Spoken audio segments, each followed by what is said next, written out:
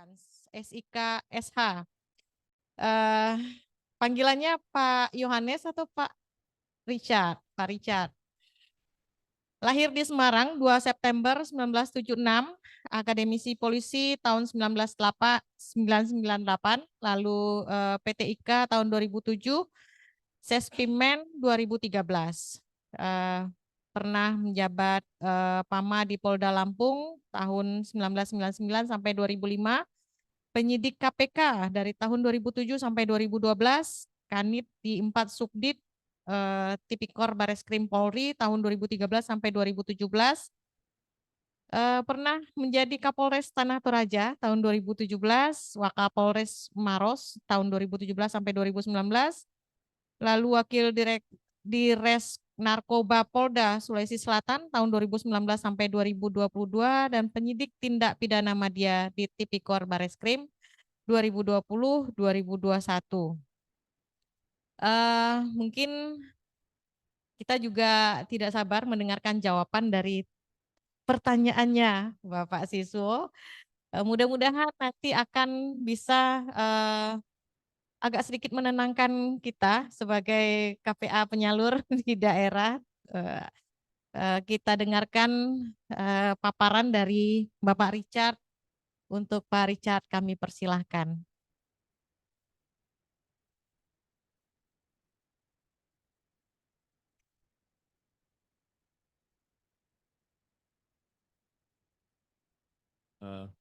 Baik, Bu Luna selaku moderator, yang terhormat Bapak Direktur Sistem Pembendaraan, yang kami hormati Pak Setio, ulangi Pak Siswo, selaku orang tua kami dan guru kami, yang kami hormati PLT Kakanwil Dirjen Pembendaraan Sumatera Barat, rekan-rekan dari aparat penegak hukum, Polda Sumbar dan Kejaksaan Tinggi Sumatera Barat, dan seluruh hadirin yang hadir pada kesempatan FGD, baik yang di aula ini maupun yang mengikuti melalui daring.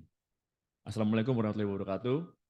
Selamat pagi dan salam sejahtera, shalom Bapak Ibu sekalian. Pertama-tama saya perkenalkan diri dulu, walaupun saya sudah bilang bahwa nama saya Kombes Pol Yohanes Richard.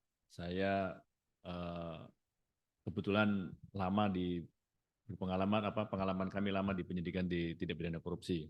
Mulai awal tahun 2007 dulu kami masuk pertama kali ketemu dengan Pak Siswo, waktu itu masih jadi Kasubdit, Pak ya. Awal-awal menyidik Tipikor tuh kami juga ya masih sama lah dengan teman-teman yang baru gitu. Ini apa? Ini kan ya keuangan negara lah, kerugian negara lah. Kami yang dari daerah yang tidak tahu menau tiba-tiba masuk ke KPK langsung bicara dengan hal-hal yang baru.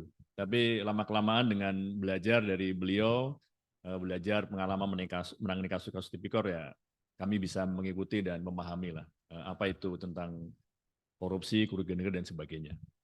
Baik, langsung saja terkait dengan kegiatan pada hari ini untuk potensi dan resiko hukum dalam pelaksanaan transfer ke daerah.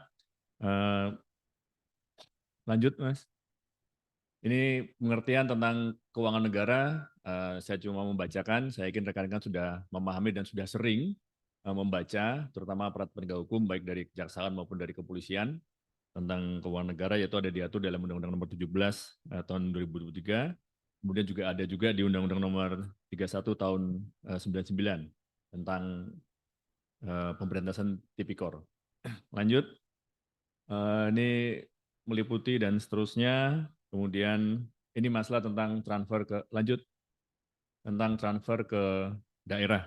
Seperti yang kita baca dari PP nomor 37 tahun 2023 yang kalau nggak salah bulan Maret ya Pak ya, baru disahkan bahwa TKD atau transfer ke daerah adalah dana yang bersumber dari APBN dan merupakan bagian dari belanja negara yang dialokasikan dan disalurkan kepada daerah untuk dikelola oleh daerah dalam rangka mendanai penyelenggaraan urusan pemerintah yang menjadi kewenangan daerah. Tentunya dalam hal ini ada proses transfer tadi yang disampaikan oleh Pak Siswo tadi, bahwa transfernya tidak pernah akan ada masalah, Pak. Transfernya tentunya besarnya transfer juga sudah diputuskan melalui kebijakan dengan peraturan ataupun undang-undang ataupun hal yang lain. Jadi nanti kita akan baca mungkin ada juga potensi korupsi juga dalam penentuan itu. Tetapi itu ada berada di lingkup yang lebih besar atau lebih luas di pemerintah pusat. Itu kalau masalah besaran transfer ke daerah. Kemudian lanjut, lingkup transfer ke daerah tadi juga sudah disampaikan, dan yang paling terasa di kita, khususnya bagi aparat penegak hukum, itu masalah dana desa yang sekarang memang sudah marak sekali. Harapannya sih dengan berbagai macam sosialisasi dan sebagainya, jangan sampai terjadi lagi penyelewengan terhadap dana desa. Ya, jadi kalaupun ada upaya pencegahan, saya pribadi lebih setuju dilakukan upaya pencegahan daripada penegakan hukum. Karena kita tahu penegakan hukum dalam tindak pidana korupsi itu cukup menyita waktu, biaya, dan tenaga ya. Tapi kalau meskipun untuk dana desa tidak begitu besar kegiatannya ataupun penyidikannya, akan tetapi kalau mau disidik, wah banyak sekali Bapak Ibu kesalahan dalam penggunaan dana desa tersebut. Lanjut, ini tentang pengertian kerugian negara. Kami pikir rekan-rekan aparat penegak hukum pasti juga sudah memahami, sudah sering.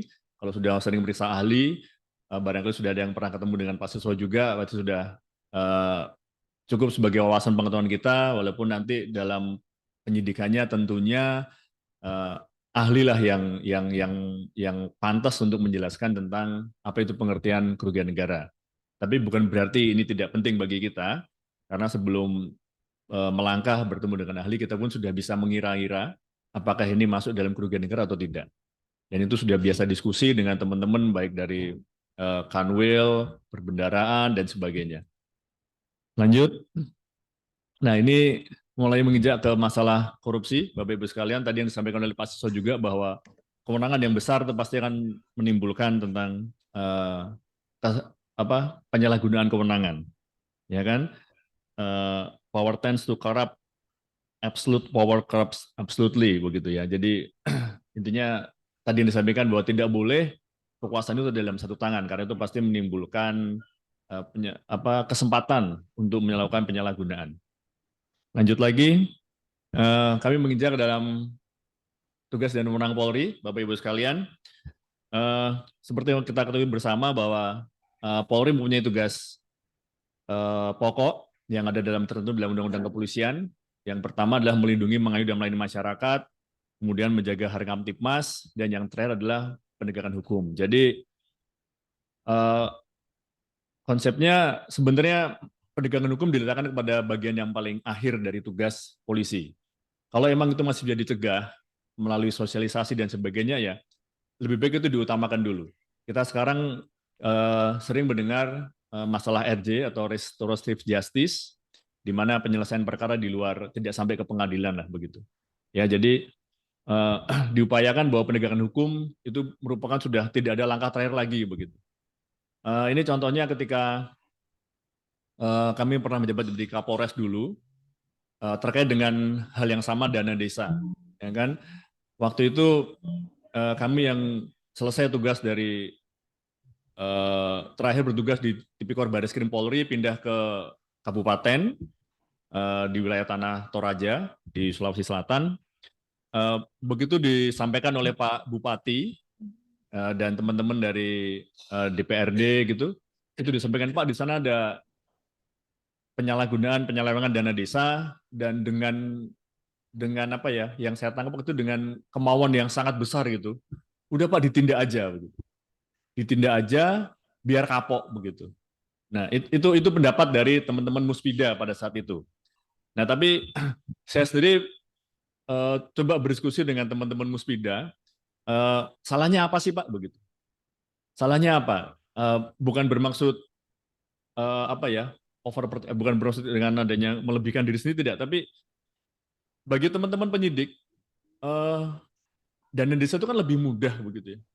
Lingkup kerjanya cuma di desa itu, barang-barang dibeli dari toko-toko di sekitar itu, ya kan? Terus juga pekerjaannya juga sederhana, tidak perlu konstruksi yang ahli konstruksi dan sebagainya kan seperti itu. Jadi kalau suruh membuktikan gitu, eh, lebih mudah lah eh, apa korupsi di dana desa itu lebih mudah dibuktikan begitu Bapak Ibu sekalian.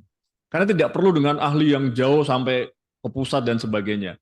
Seperti pembangunan seperti betonisasi gang begitu. Terus pembangunan turap, pembangunan jembatan begitu kan hal yang mudah, tidak perlu ahli-ahli yang berat. Nah, saya sampaikan seperti itu Bapak Ibu kepada rekan-rekan Muspida pada saat itu dengan harapan cobalah diperingatkan dulu begitu.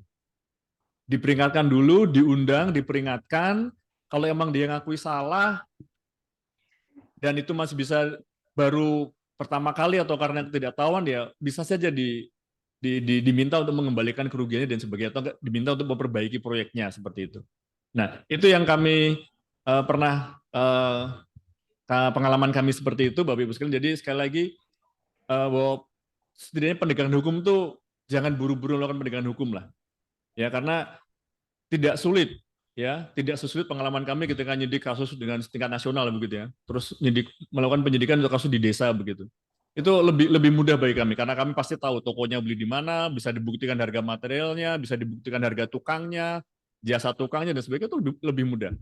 Nah, itu yang kami sampaikan pada saat itu untuk melakukan pencegahan lah, atau enggak tidak usah buru-buru langsung menegakkan hukum. Nanti kasihan juga, karena nanti apalagi waktu itu awal-awalnya kan banyak juga para kepala desa yang belum memahami lah. Pasti juga tidak tahu Bapak Ibu sekalian. Kalau ditanya tentang kerugian negara lah, ditanya tentang eh, aturan dan sebagainya, pasti tidak seperti yang kita bayangkan ketika kita ada di kota besar begitu. Kan bisa dibaca, kan bisa enggak lah. Pekerjaan kepala desa sangat banyak sekali, sehingga itu salah satu pertimbangan untuk lebih mengutamakan pencegahan lah dibanding penegakan hukum. Itu adalah salah satu tugas wewenang Polri. Kemudian lanjut lagi, dasar hukumnya bagi kami sudah jelas, sudah sering kita ketahui juga bahwa undang-undang kami bekerja atas dasarkan tadi undang-undang kepolisian, ada undang-undang KUHAP, ini juga berlaku juga bagi teman-teman di penyidik di kejaksaan. Kemudian dalam mengkorupsi ada undang-undang 31, 99, 20 dan 2001 dan seterusnya. Ini adalah dasar hukum kami untuk melakukan penyidikan tindak pidana korupsi.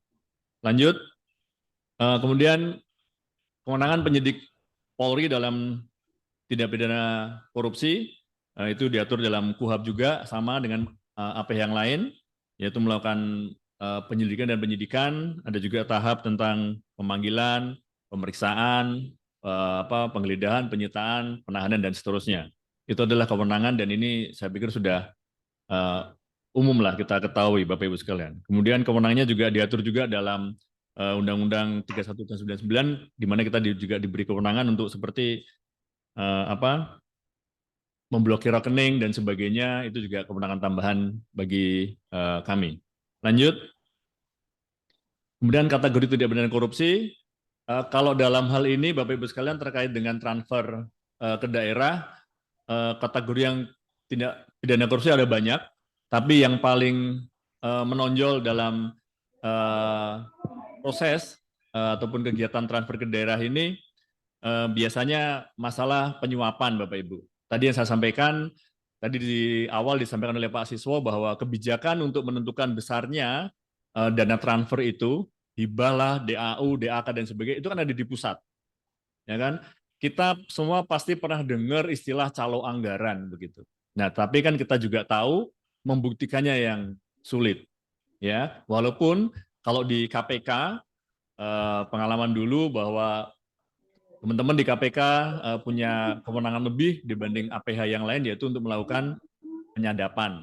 Nah, disitulah Bapak Ibu sekalian, itu senjata yang cukup bermanfaat ya, senjata yang cukup yang menjadi andalan ketika pada saat itu boleh dilakukan penyadapan dan bisa digunakan sebagai alat bukti. Nah, itu awal-awal dulu di KPK kita juga sering sekali anggota dewan, beberapa anggota dewan komisi berapapun itu pasti terkena istilahnya yang kita sering masalah OTT begitu. Nah, disitulah potensi suap terkait dengan pengalokasian dana transfer ke daerah. Seperti DAU-nya mintanya berapa. Kabupaten ini, bupatinya nanti datang ke Jakarta untuk ngurus.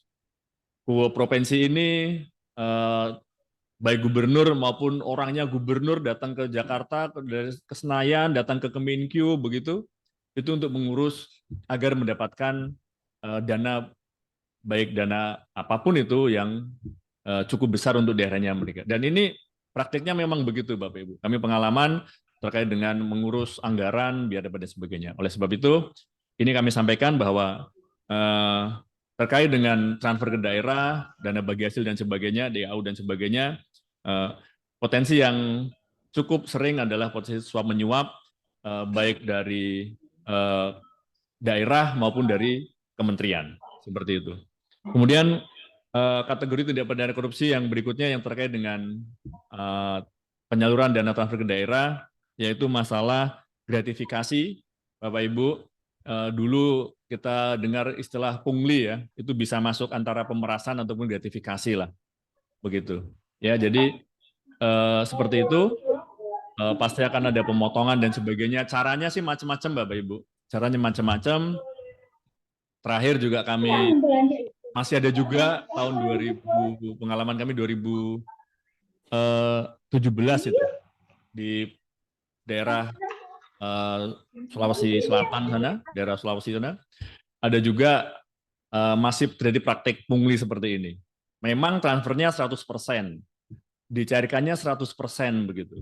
Nah, tapi nanti balik lagi kepada pejabat sekian persen untuk dikembalikan ke pejabat. Dan ya kalau bagi kita-kita yang benar atau kita-kita yang baik kan, puji Tuhan dan alhamdulillah ya, itu bisa ketahuan begitu. Akhirnya kan tetap aja namanya pungli. Walaupun secara bukti pencairannya, transfernya, pencairannya dan sebagainya semua 100% tuh. Dikasih dana 100, dicarikan 100, yang narik juga 100, tapi kan setelah itu baru terjadi gratifikasi ataupun iyalah gratifikasi lah. Kalau pemerasan cukup sulit dibuktikannya. Memberikan kembali uang kepada pejabat, oknum pejabat begitu, terkait dengan setelah dibantu masalah dana bantuan. Kemudian kategori yang berikutnya yaitu terkait dengan kerugian negara ataupun pasal 2 pasal 3, yaitu secara melawan hukum, tidak melakukan kewajibannya dengan benar. Nah, itu nanti kami sampaikan di berikutnya terkait dengan apa yang disampaikan oleh Pak Siswo tadi, bahwa apa yang sudah dilakukan oleh rekan-rekan baik dari KPPN maupun dari rekan yang lainnya. Lanjut, ini strategi kami dalam pemberantasan yang itu tadi Bapak Ibu sekalian, yang utama dalam masalah pencegahan.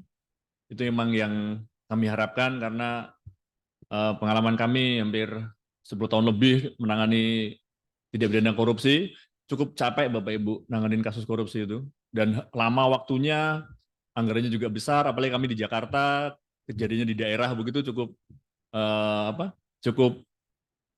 memakan banyak biaya ya, tapi bukan berarti itu terus kami suruh, tidak, karena kami juga bisa bekerja sama dengan kepolisian daerah di tempat masing-masing, tapi sekali lagi bahwa yang diutamakan adalah pencegahan. Nah, ini adalah bentuk kegiatan-kegiatan seperti ini adalah salah satu bentuk untuk melakukan pencegahan terkait dengan terjadinya tindak pidana korupsi. Ada pencegahan dengan pengelolaan Dumas, pendidikan masyarakat, kerjasama dengan dalam dan luar negeri, kemudian juga ada pengawasan pembangunan dalam rangka pencegahan. Sekali lagi bahwa strategi kami adalah lebih mengutamakan pencegahan dibanding penegakan hukum. Nah, nomor 2, baru kalau yang nggak bisa dikasih tahu lagi, sudah diingatkan masih ngeyel, ya sudah. Baru langkah kedua adalah penegakan hukum terkait perbuatan apa saja yang dilakukan dan seterusnya, dan ditambah lagi Bapak Ibu dengan TPPU begitu. Ya, ini kan ada penelusuran dan pemilihan aset begitu. Jadi kalau sudah dikasih tahu, kalau harapannya kan pihak-pihak tersebut dapat nurut ya, terus tidak mengulangi lagi gitu. Ya kan, dan dia juga bisa menyampaikan kepadanya untuk tidak berbuat seperti itu. Tapi kalau sudah dikasih tahu sekali, 2 kali ya masih ngeyel, ya mau apa lagi Bapak Ibu. Kita kan juga tidak bisa membiarkan karena yang dirugikan adalah kepentingan umum.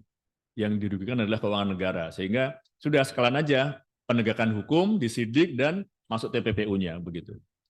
Ya, tapi terkait dengan TPPU itu nanti ada beban tersendiri karena memang bisa dibilang mudah dan tidak mudah terkait dengan TPPU karena kita harus menelusuri aset-asetnya yang kadang-kadang disembunyikan, yang pasti disembunyikan. Begitu. Ini strategi pemberantasan korupsi. Kemudian pendekatan dalam penegakan hukum, kita melakukan TPPU tadi, kemudian penelusuran aset, perampasan, kemudian kerjasama dengan apa yang lain, dengan kejaksaan, auditor, APIP, aparat internal dan sebagainya. Kemudian kerjasama juga dengan instansi yang lain, termasuk dengan Bapak Ibu sekalian dari Kemenq, kemudian ada lagi yang lain, kemudian juga menggunakan menjaga integritas, tapi secara soft ya, secara integritas untuk kami sendiri. Berikutnya masalah adu penyidikan tidak pidana korupsi. Nah ini yang kami sampaikan Bapak Ibu bahwa kalau di kami laporan itu bisa pasti awalnya dari pengaduan, dari siapapun itu bisa. Bisa dari LSM, bisa dari wartawan, bisa dari lingkungan di instansi tersebut, atau orang dalam istilahnya begitu, atau bisa juga dari persaingan. Begitu. Nah, banyak hal dari Dumas ini Bapak Ibu. Jadi, mohon maaf, kalau pengalaman kami dalam hal kejahatan itu tidak ada sahabat baik, itu nggak ada. Begitu Bapak Ibu. Ya, kami pernah juga pengalaman di narkoba begitu, yang namanya bestie gitu nggak ada. Begitu berhadapan dengan hukum nggak ada tuh teman. Begitu. Itu pengalaman kami. Apapun itu pasti ditinggalkan Bapak Ibu. Begitu. Apalagi kalau sudah menyangkut harga diri ataupun tujuan yang berikutnya uang begitu ya. Nah itu sudah. Dulu baik karena pembagiannya rata gitu. Tapi begitu pembagiannya nggak rata ya sudah. Bahkan terjadi pengkhianatan. Itu pengalaman kami. Jadi dalam begitu ya, dalam kejahatan nggak ada bestie itu nggak ada lah, ngomong kosong itu. Pengalaman saya nggak tahu kalau pengalaman teman-teman di penyidik yang lain saya nggak tahu. Tapi pengalaman saya pribadi di tipikor maupun di narkoba itu nggak ada. Begitu saya ditekan gara-gara contoh di narkoba, dipaksa untuk ngaku ini siapa, pasti akan saya ngomong, Mbak. Begitu. Benar sekali. Gitu. Dulu teman saya ngajak saya begini sebagainya, saya akan ngomong, saya dapat dari si A, saya dapat dari teman saya si B. Gitu. Begitu. Jadi sekali lagi itu yang perlu kita ketahui. Jangan khawatir Bapak Ibu sekalian, jangan khawatir rekan-rekan APH, banyak kok sumber informasi itu banyak. Begitu. Ya kan, dari ketersinggungan dari bawahan kepada pimpinan yang tadinya sudah pekerja loyalitas tinggi tapi oleh pimpinan tidak dihargai, kan masalah perasaan itu kan nggak terlihatan ya, baper itu kan nggak bisa dilihat tuh, ya kan, kayaknya senyum-senyum tapi yo sakit hati ngomong sama temennya polisi, Pak itu komandan saya, Pak itu bos saya, Pak itu pimpinan saya begini bisa apa enggak? Itu kenyataan Bapak Ibu sekalian, ya kan, makanya kalau termasuk juga saya nih Bapak Ibu, kalau menjadi pimpinan ya baik-baiklah, ikutin prosedur aja, ikutin prosedur biar aman gitu. Sudah, itu lebih tenang. Ya, jadi ini Dumas, bagi siapapun yang melakukan laporan tentunya akan kami tutupin, tidak akan kami sebarluaskan. Biasanya pertanyaan para saksi, Pak ini yang laporin siapa sih Pak? Gitu. Orang dari kami Pak ya, teman-teman kami Pak ya, kami tidak akan pernah bicara. Ya, sudah, pokoknya ada laporan, kami juga nggak tahu Pak, kami juga nggak tahu Bu, kami cuma dapat surat dari pimpinan untuk disposisi untuk mengerjakan kasus ini, sudah. Begitu. Kemudian untuk pengaduan pun juga ada juga, kita juga bisa mendapatkan dari teman-teman auditor, BPK, BPKP itu kan melakukan audit rutin Bapak Ibu sekalian. Nah begitu. Jadi teman-teman di daerah juga bisa seperti itu, BPK perwakilan begitu bisa diminta. Kira-kira 2-3 tahun lalu ada kegiatan apa, ada proyek apa yang kelihatan mangkrak begitu, hasil auditnya seperti apa. Nah itu sudah, kalau itu sudah lebih enak lagi. Kalau sudah ada hasil audit dari BPK ataupun dari BPKP, itu sudah pastilah, sudah lebih mudah. Karena teman-teman auditor bisa sama dengan kita, yaitu detail begitu. Salahnya di mana, aturan dan sebagainya. Itu Dumas, kemudian nanti kalaupun ada Dumas, kita akan verifikasi, jika kurang kita minta, tapi jika tidak mencukupi ya kita hentikan. Kemudian setelah nanti diverifikasi sudah kami rasa cukup, kami akan naik ke tahap penyelidikan. Nanti kami jelaskan sedikit apa apa bedanya penyelidikan dengan penyidikan begitu. Ya kan, setelah penyelidikan bisa lebih intensif lagi, setelah kami yakin itu ada tindak pidana baru kami naikkan ke penyidikan. Dalam lidik kami bisa melibatkan tentang melakukan observasi, interview dan sebagainya, minta data kepada instansi dan sebagainya. Kalau instansinya baik, Bapak Ibu biasanya akan nyerahkan dokumennya begitu. Tapi kalau eh, stafnya atau ini sudah mulai nutupin, nah itu kami juga justru lebih curiga lagi begitu. Ya kan, misal, Bu, kegiatan ini dokumennya mana? Oh ya Pak, kami sudah pindah kantor. Wah, banyaklah Bu alasannya begitu. Kami sudah pindah kantor, udah apa arsipnya sudah ini kami barusan pejabat kami orang baru Pak, baru setahun kejadiannya sudah 3 tahun, kami juga nggak tahu dan sebagainya. Tapi nggak apa-apa Bapak Ibu. Kami rekan-rekan penyidikan tahu kita semua dikasih kewenangan untuk melakukan penggeledahan lah. Ya sudah, kalau nggak ini geledah aja, cari sendiri. Nanti malah kadang-kadang kita menemukan lebih banyak lagi kejahatan setelah kita geledah begitu. Kemudian penyidikan. Nah, kemudian kalau sidik eh, seperti biasa kita punya kewenangan lebih untuk sedikit memaksa gitu terhadap para saksi. Baik, lanjutnya Mas, lebih jelas lagi. Nah, di sini Bapak Ibu terus sampai ini adalah kegiatan dalam penanganan tindak pidana korupsi, adanya Dumas tadi, kemudian kita melakukan penyelidikan, itu tindakan lebih intensif, kita ngundang orang atau enggak kita bisa mendatangi teman-teman, tapi sekali lagi bahwa kita tidak bisa memaksa, begitu. Ya, teman-teman APH pasti juga sudah memahami, tapi juga jangan digunakan kesempatan ini oleh rekan-rekan, oleh Bapak Ibu sekalian bahwa oh ini masih polisi masih tahap penyelidikan ya, berarti kita nggak usah hadir nggak apa-apa kan begitu. Kalau ada surat undangan kan begitu tuh. Bedanya adalah lanjut aja Mas di berikutnya. Lanjut aja. Nah, ini penyelidikan. Kalau penyelidikan itu kita tidak punya upaya daya paksa, kita tidak punya kewenangan untuk memaksa Bapak Ibu sekalian. Sekedar saya gambaran, mohon maaf bagi rekan-rekan apa yang mungkin sudah memahami, tapi sedikit saya kasih gambaran. Contoh penyelidikan itu seperti ini Bapak Ibu. Ketika contohnya umpamanya ketika di pagi hari gitu, setelah subuh gitu ya, ada motor yang tergeletak dengan pengendaranya di perempatan jalan dan kira-kira meninggal gitu. Itu kan bisa ada orang lapor ke polisi gitu. Nah, begitu lapor, polisi yang datang ke TKP itu melakukan penyelidikan Bapak Ibu. Itu namanya penyelidikan. Datang ke TKP, tanya sama saksi, si A, si B, si C, ngelihat CCTV-nya rumahnya si A, ngelihat CCTV di ruko ini, dan sebagainya. Tapi sifatnya hanya meminta. Rukonya boleh ngasih, boleh enggak. Saksinya mau ngasih keterangan, boleh enggak. Boleh ngasih, boleh enggak gitu. Jadi kita hanya berupaya seperti aja. Ya kan? Berdasarkan beberapa keterangan saksi dan sebagainya, setelah kita tahu, nanti kita simpulkan. Oh, bahwa ini ternyata jatuh sendiri, ngantuk, jatuh, nabrak tiang listrik, dan meninggal. Akhirnya memutuskan, oh ini bukan tindak pidana. Jadi dihentikanlah kasus itu. Beda, setelah kita tanya ini dan sebagainya, kita bisa melihat rekaman CCTV dan sebagainya, baru kita simpulkan, oh iya Pak, ini adalah korban tabrak lari. Nah setelah itu, baru ke tahap penyidikan. Itu contohnya Bapak Ibu sekalian. Ya, jadi kalau lidik itu kita kita nggak bisa maksa orang, ya kan? Kita nggak bisa maksa orang. Kita bunyi suratnya biasanya undangan gitu, mengundang Bapak Ibu untuk hadir untuk memberikan keterangan terkait dengan perkara apa begitu. Nah, tapi kalau sudah penyidikan, kita memanggil. Memanggil tuh seperti biasa kita dengar di televisi bahwa dikasih batas waktu, misal 3 hari, 4 hari dan sebagainya untuk wajib hadir. Kalau nggak hadir kita jemput. Nah, itu buktinya, itu bedanya antara lidik dan sidik. Kalau di lidik, kalau di penyelidikan tadi kita minta ke rumah tadi contohnya itu, Pak bisa Pak ngelihat CCTV-nya? Oh boleh, oke terima kasih. Kalau Pak bisa nggak kita ngelihat CCTV? Oh nggak boleh Pak, ya sudah kita balik. Gitu. Tapi kalau penyidikan bukan begitu bahasanya. Pak kami perlu CCTV Bapak. Nggak boleh kami geledah, nggak boleh kami sita, begitu. Tentunya dengan prosedur ya, nggak terus sewenang-wenang begitu. Nah itu bedanya Bapak Ibu sekalian antara penyelidikan dengan penyidikan.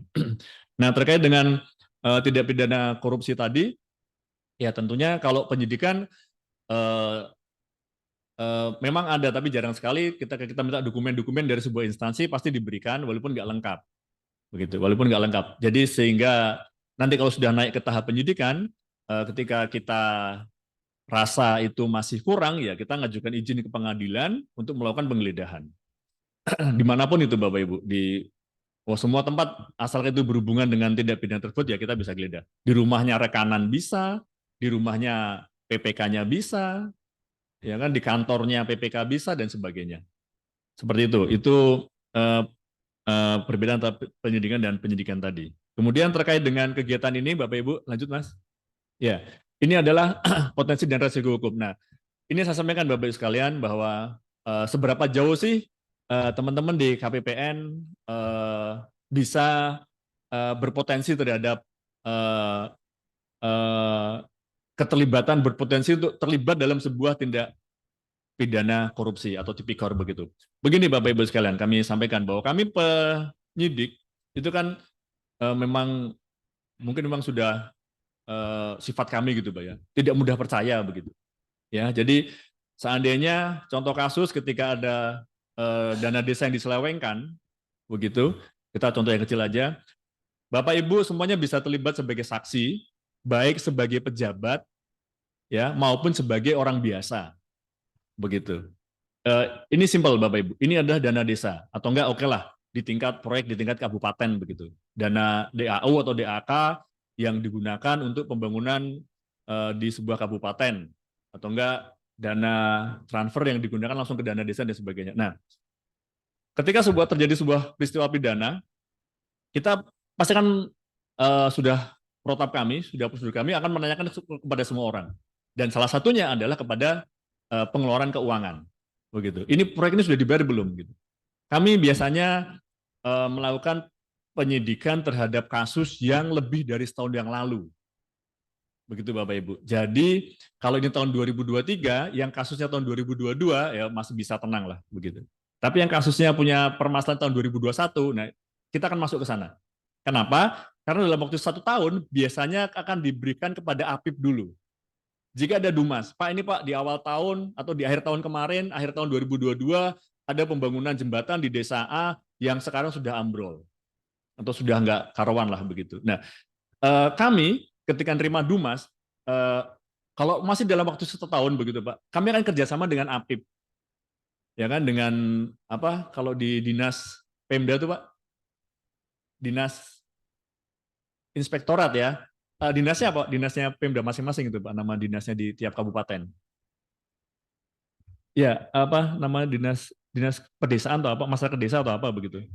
PMD ya betul. Dinas Pemasaran Desa. Nah, kami akan kerjasama dengan PMD dan APIP, inspektoratnya kabupaten tersebut, untuk melakukan tadi Pak, masalah pencegahan tadi itu. Ya memang bukan pencegahan ya, sudah bukan pencegahan lagi, tapi masalah untuk dibahas secara internal dulu. Tadi saya bicara dengan Pak Krisna, mungkin itu Pak, dikasih kesempatan yang tadi, baik secara, kami tidak memandang itu administratif, kami memandang itu kesalahan, titik gitu aja. Administratif kalau menimbulkan kerugian negara kami anggap korupsi kan begitu Pak. Tapi langkah kami adalah kami akan sampaikan dulu dengan APIP setempat begitu untuk dilakukan investigasi menurut prosedurnya APIP lah begitu. Jika bisa, harapan kami jika emang itu penanggung jawabnya bisa sadar dan mengakui kesalahannya dan sebagainya, ya kembalikan saja atau enggak perbaiki lagi itu jembatan itu begitu, ya kan? Itu yang tadi kami sampaikan di awal tadi bahwa pencegahan. Ya, jadi silakan APIP tetap kita dampingi begitu, ya kan, untuk melakukan pencegahan ataupun tindak lanjut lah. Kira-kira apa? Diberi peringatan dengan sanksi. Siapa kemarin yang bertanggung jawab? Oke, suruh perbaiki lagi.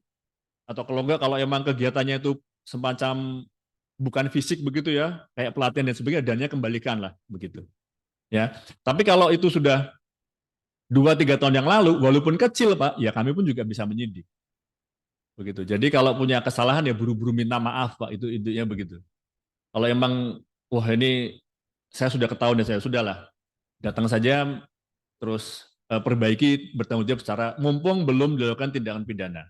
Belum belum dilakukan penyidikan dan dimasukkan dalam pidana korupsi begitu. Nah, tetapi jika sudah 2 tahun 3 tahun lalu, ya kita akan masuk ke, kita tidak akan lagi dengan APIP, kita akan masuk sendiri begitu.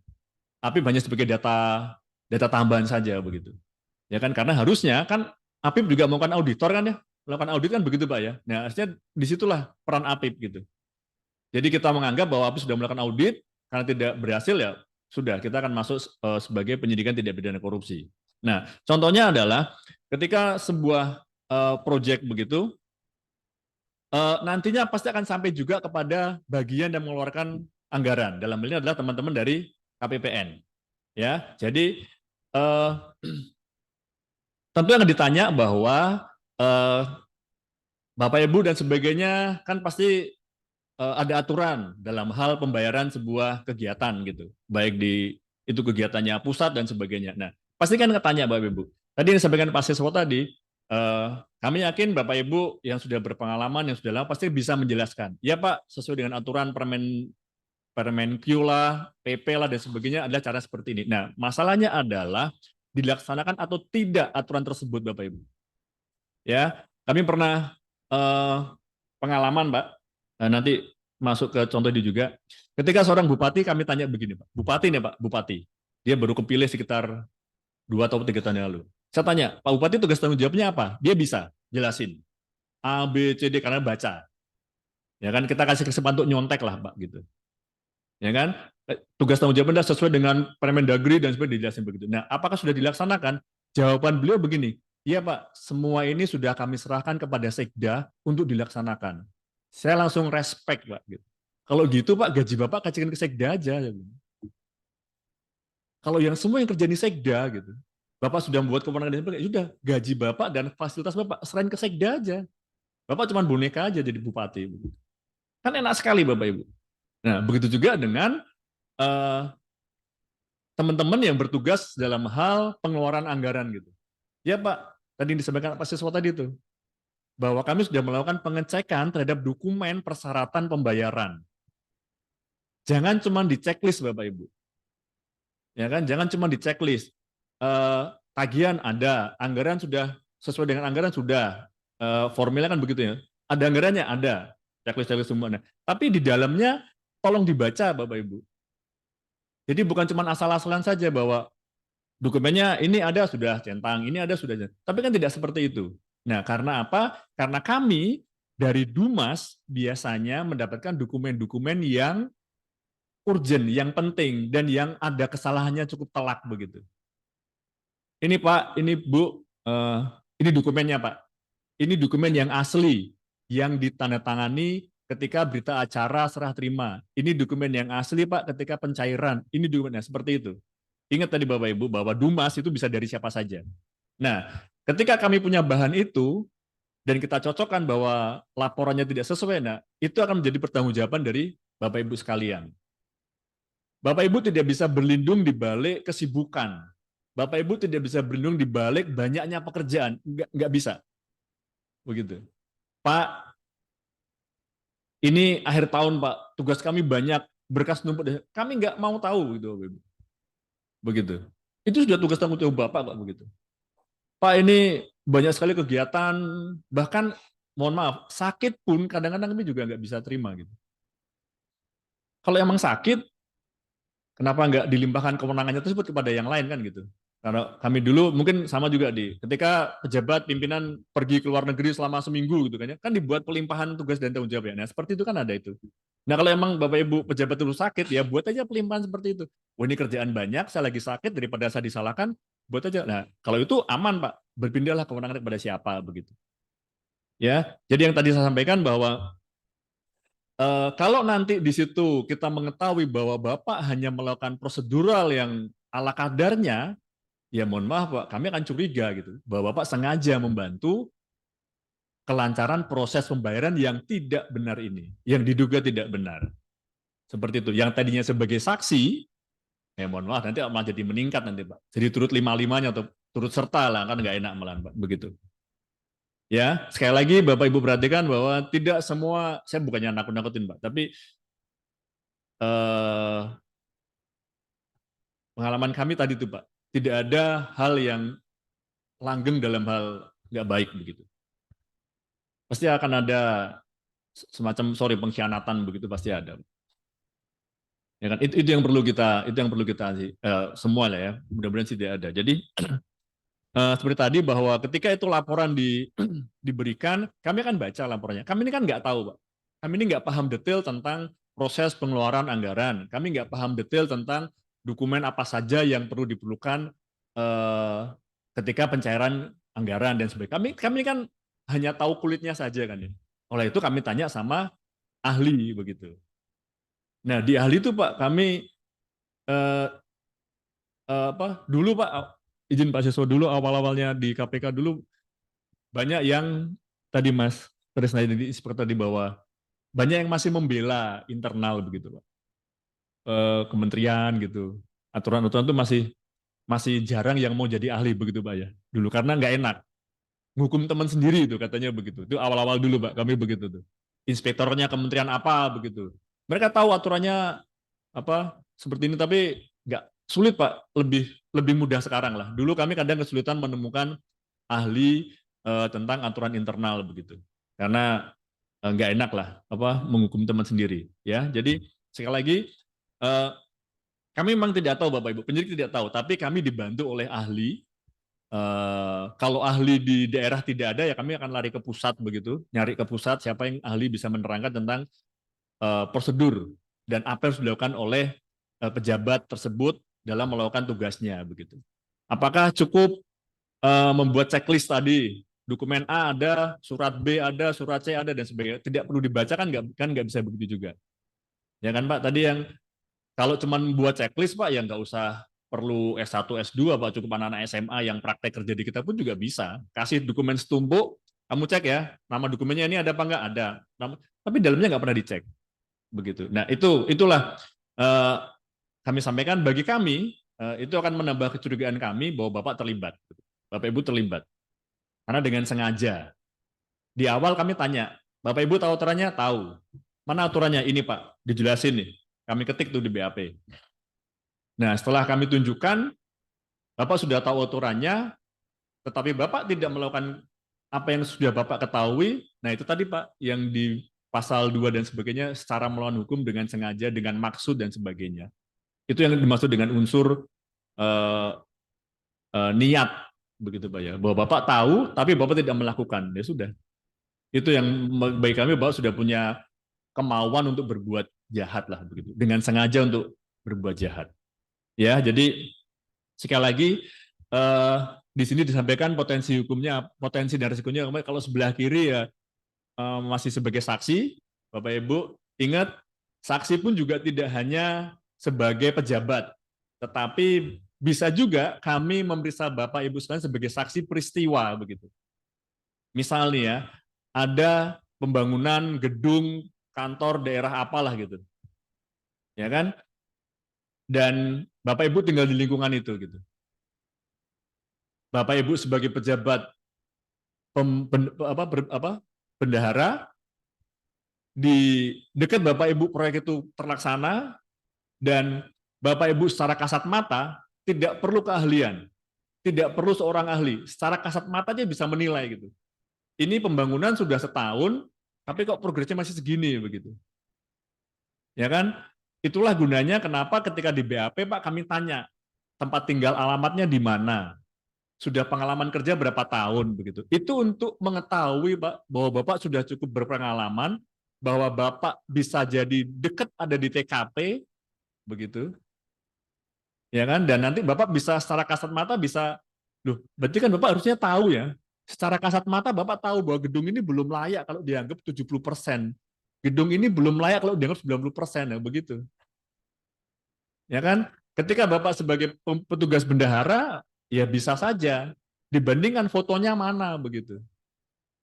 Begitu. Jadi itu Bapak Ibu yang sebelah kanan ini bisa sebagai saksi sebagai sesuai dengan tusinya, tapi juga bisa juga sebagai saksi dalam hal perkara begitu, yang melihat, yang mengalami dan seterusnya. Ya, jadi sekali lagi Bapak Ibu sekalian, apa yang sudah ada di aturan itu tidak hanya diketahui Bapak Ibu, tapi itu juga dilaksanakan. Ya, kalau tadi di Pak Siswa mengatakan bahwa melakukan pengecekan ya dibaca. Pengecekan itu jangan cuma dilihat bahwa oh ya ini ada apa dokumen laporan pelaksanaan tugas ada centang gitu. Isinya apa nggak dibuka. Seperti itu. Ya, ini akhir tahun anggaran biasanya numpuk semua. Pengalaman kami meriksa teman-teman dari KPPN dan sebagainya bahwa pasti kan numpuk di akhir tahun ya Pak ya. Itu pekerjaan yang sudah rutinitas itu. Kalau sudah bulan November Desember tuh wah, sudah semua nagih semua itu dan. Nah, hati-hati Bapak Ibu. Bapak Ibu tidak bisa berlindung di balik Pak kami sibuk begitu. Pak banyak kerjaan, Pak kami mau mantu, nggak ada Bapak Ibu sudah. Kami nggak terima alasan itu gitu. Kecuali kalau Bapak Ibu melimpahkan kewenangan, oke, itu baru bisa kami terima.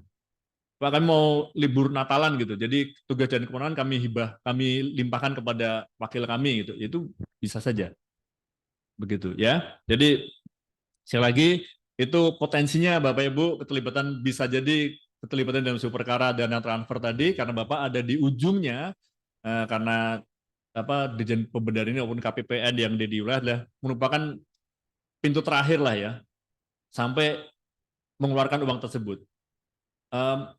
Pak Mungkin Richard, pernah. bisa Oh 5 ya, menit lagi, Pak? mungkin Bapak Ibu pernah. Saya yakin pasti pernah ya. Pasti ada kan ya yang pernah tidak menyetujui sehingga anggaran itu tidak dibayar. Pasti ada Pak ya. Ada nggak Bapak Ibu? Dari KPPN mungkin. Ada Pak ya. Nah itu iya Pak, begitu aja Pak. Daripada resiko mending nggak usah dibayar Pak sudah. Begitu. Resikonya apa sih? Paling mohon maaf Pak, mungkin cuma dimarahin pimpinan kali Pak ya. Kenapa nggak? Atau saya nggak tahu lah. Saya nggak pernah tugas. Kalau kami penyidiknya kenapa nggak bisa? Pasti ditegur pimpinan lah. Kenapa nggak ada sebagainya. Tapi daripada itu beresiko hukum ya buat apa Pak? Begitu. Karena nanti Bapak bermaksud niat baik membantu pun bagi kami belum tentu itu niat baik Pak. Bagi kami sudut pandang kami adalah Bapak membantu kejahatan begitu. Ya kan kita berada di tempat yang berbeda. Jadi sudut pandang kami pun juga bisa jadi berbeda begitu. Bahwa Bapak yang niatnya sudahlah saya cairkan ya, tapi nanti segera dilengkapi dokumennya begitu. Ya kalau nggak ketahuan ya untung Pak. Tapi kalau sampai ketahuan dan bermasalah, ya nggak ada kata-kata itu. Begitu. Pak ini apa progresnya sudah ini besok Pak pertengahan Desember pasti sudah jadi Pak. Kami susulkan dokumennya dan sebagainya. Ini karena batas waktu sampai tanggal 10 sampai lepas sudah ada lagi. Sudah Pak nggak usah lah, nggak usah begitu. Nah, yang masalah dia kok bebannya di kita kan gitu. Harusnya kan dari kemarin-kemarin dia selesaikan proyek itu gitu. Harusnya dari kemarin-kemarin dia selesaikan syarat-syarat itu. Tapi ini yang masalah dia bebannya di kita. Saran saya tidak Pak. Sudah begitu. Ya, oleh sebab itu ketika kalau ada pembayaran per termin, disitulah di upaya pencegahan kita di pembayaran per termin tadi itu. Ini sudah targetnya 6 bulan gitu. Ini sudah bulan ketiga, harusnya sudah 50%. Ini kok kenapa pencairannya baru 30%? Kamu sanggup apa enggak begitu? Kalau perlu buat, saya nggak tahu Pak, tapi bagi kami, kalau perlu buat nota dinas atau apalah surat gitu, itu sebagai bukti niat baik kita begitu.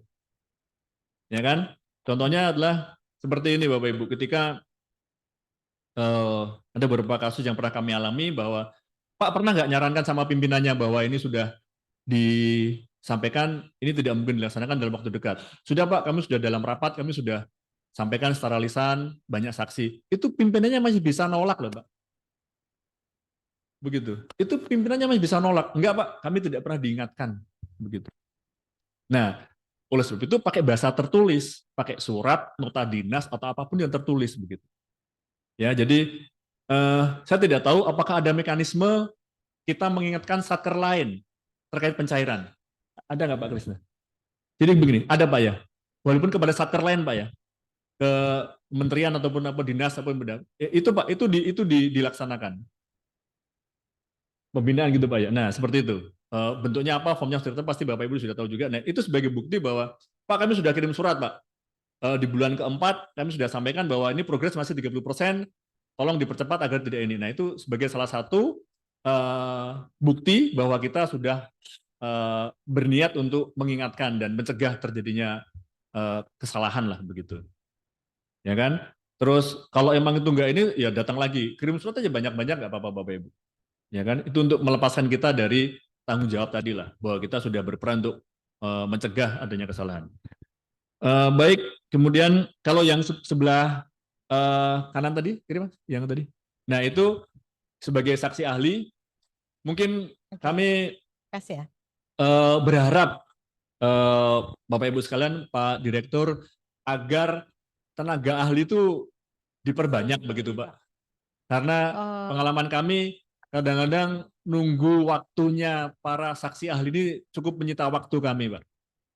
Ya, sebagai contoh, kami pernah nanganin kasus di Sumatera begitu, Sumatera bagian selatan begitu, itu nunggu waktunya mau meriksa ahli itu sampai 7 bulan Bapak Ibu. Jadi 7 bulan itu kasus itu berhenti. Hanya gara-gara apa? Ahlinya sidang sana lah, ahlinya berangkat ke sini lah. Walah, saya bilang emang nggak ada ahli lain. Ada bang, ahli lain ada, tapi nggak sejalan dengan kita. Ya kan gimana coba? Kan repot itu kan. Ya, jadi mohon izin ini untuk harapan kami, Pak Dir dan sebagainya. Jika memang itu kasus di daerah, mungkin ada juga semacam eh, eh, staf atau pejabat yang ditunjuk sebagai ahli, sehingga percepatan penyidikan bisa lebih ditingkatkan begitu. Enggak yang mangkrak kita disampaikan bahwa ahli itu sampai 7 bulan itu, saya juga mau apa lagi kalau nggak sempat mau gimana kan begitu. Tapi itu Pak yang kami harapkan sebagai keterlibatan Bapak Ibu sekalian bahwa bisa sebagai mungkin KPPN cukup KPPN kalau dana desa itu kan sudah bisa menjelaskan begitu. Prosedurnya seperti ini, yang dimaksud ini seperti ini, seperti itu. Tinggal di-upgrade lagi kemampuan tentang pemahamannya dan mentalnya. Begitu Pak Siswo ya. Sebagai ahli kan perlu mental Pak ya. Sudah diperiksa berapa kali, sudah ditanya-tanya hakim berapa kali, begitu Pak. Nah itu yang perlu pengalaman. Baik, itu Bapak Ibu. Lanjutnya adalah delik kerugian negara. Kami lanjut Mas. Tidak kami jelaskan. Ini yang tadi masalah niat dan kurban tadi. Terus ini niat tadi, mensreanya Bapak Ibu, kami harus bisa membuktikan niat dari oknum untuk dalam hal tidak pidana korupsi. Dia sudah tahu, tapi dia tidak mau melakukan dan sebagainya. Begitu. Cukup baik. Mungkin itu Bapak Ibu sekalian yang kami sampaikan. Sekali lagi, itulah tentang potensi dan resiko hukum yang Bapak Ibu bisa alami dalam hal transfer ke daerah, transfer ke daerah, bisa sebagai saksi, mudah-mudahan cukup sebagai saksi saja, tapi juga hal yang positif bisa membantu kami sebagai ahli untuk menjelaskan tentang prosedural dan hal-hal yang lainnya. Itu saja yang bisa kami sampaikan, lebih dan kurangnya kami mohon maaf, dan saya tutup. Wassalamualaikum warahmatullahi wabarakatuh. Waalaikumsalam